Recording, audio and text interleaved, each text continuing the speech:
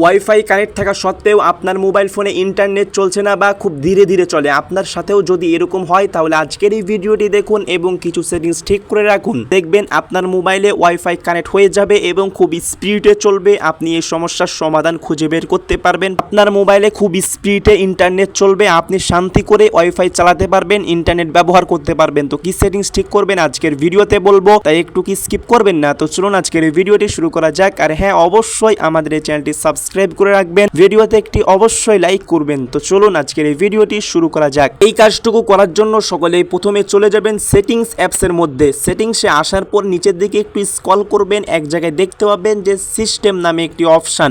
আপনি যদি না পারেন তাহলে এই যে সার্চ বার পেয়ে যাবেন, এইখানে গিয়ে লিখবেন সিস্টেম, তাহলে কিন্তু আপনি পেয়ে যাবেন। তো নিচের দিকে আমার আছে, তো আমি এই যে সিস্টেম অপশানটির উপরে ক্লিক করে দিচ্ছি।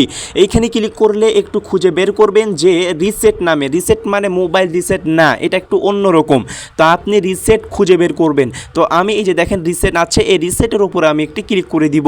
এইখানে ক্লিক করলে বেশ কয়েকটা অপশান শো করবে, মোবাইল নেটওয়ার্ক, ওয়াইফাই। এই যে দেখেন এখানে বেশ কয়েকটা কিন্তু রিসেট দেখাচ্ছে।